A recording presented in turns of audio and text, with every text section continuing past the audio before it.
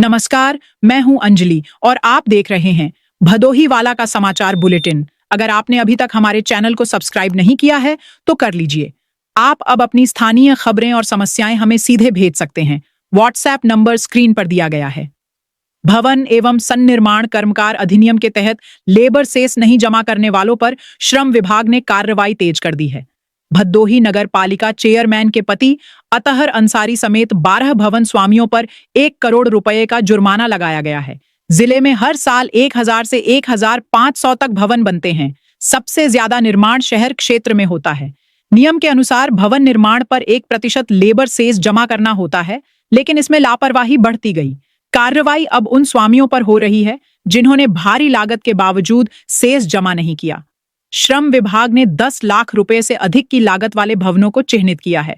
इनमें व्यावसायिक भवन, नर्सिंग होम, शिक्षण संस्थान और कई आवासीय भवन शामिल हैं। राइज अप पब्लिक स्कूल पीपरगांव पर 25 करोड़ की लागत में 25 लाख सेस लगाया गया है। अतहर अंसारी के 10 करोड़ के आवासीय भवन पर 10 लाख और जयप्रकाश गुप्ता के 15 करोड़ के भवन पर 15 लाख का जुर्माना लगा है।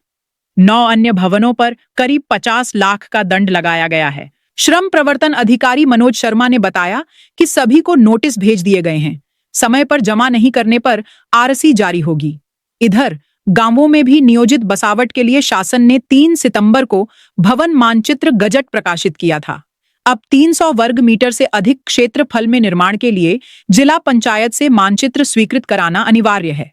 इससे रोड, नाली और बिजली जैसी सुविधाओं के लिए जगह सुरक्षित रहेगी। मानचित्र पास कराने के लिए आवेदक को जिला पंचायत में आवेदन देना होता है।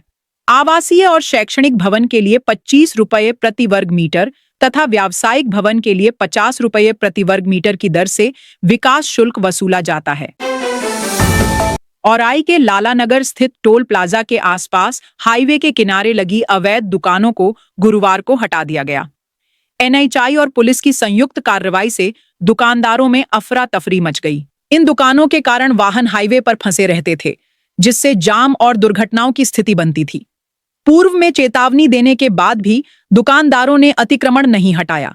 बृहस्पतिवार को टीम ने जेसीबी लगाकर विनोद कुमार, सुरेश कुमार, रामजी पाल, शिव शंकर सहित कई की दुकानें हटाईं। टोल प्रबंधक राकेश रंजन के अनुसार अतिक्रमण हटाने की कार्रवाई की गई।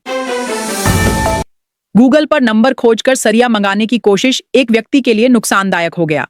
ठगों ने उससे 1.25 लाख रुपए ऐंठ लिए। लालानगर के जयनाथ यादव ने बताया कि सरिया खरीदने के लिए उन्होंने इंटरनेट से एक नंबर मिलाया। बातचीत के बाद 50-50% भुगतान की शर्त पर सौदा तय हुआ।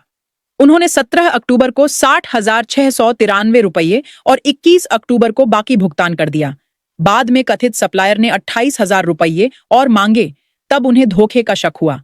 न सरिया मिला और न ही रुपये वापस। कोतवाली में प्राथमिकी दर्ज कर ली गई है।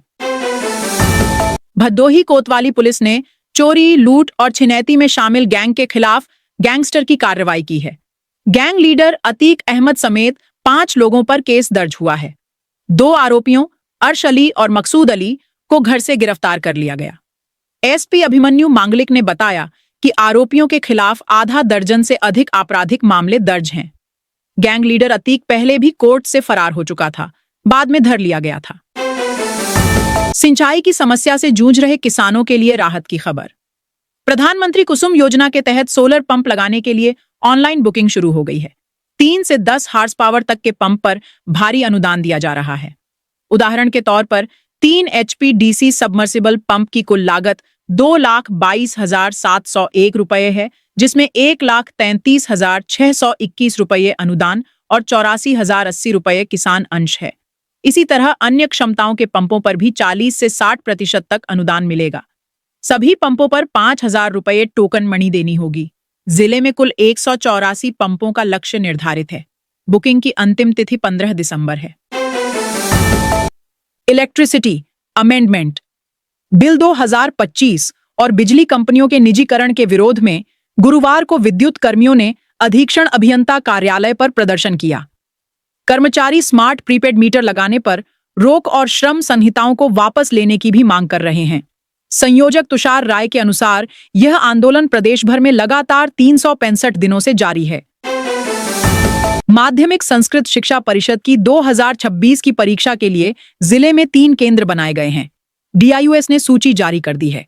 इसमें 1049 छात्र छात्राएं शामिल होंगे।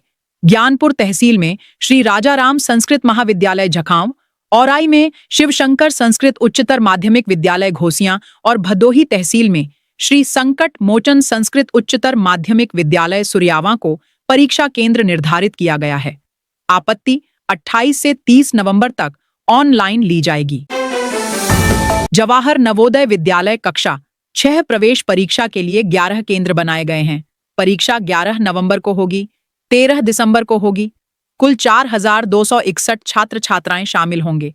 परीक्षा CCTV निगरानी में कराई जाएगी।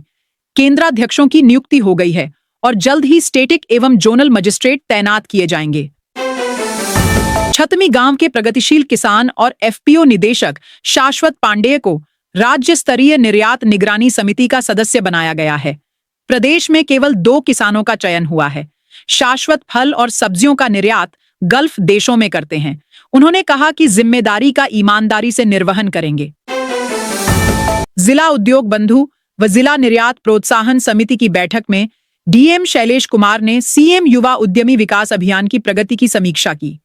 DM ने कई शाखाओं में लक्ष्य के अनुरूप ऋण वितरण कम पाए जाने पर बैंक प्रबंधकों को चेतावनी दी और कार्यप्रणाली सुधारने के निर्देश दिए।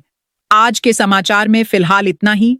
हम आपसे फिर मिलेंगे कल इसी समय भदोही की ताजा और सटीक खबरों के साथ।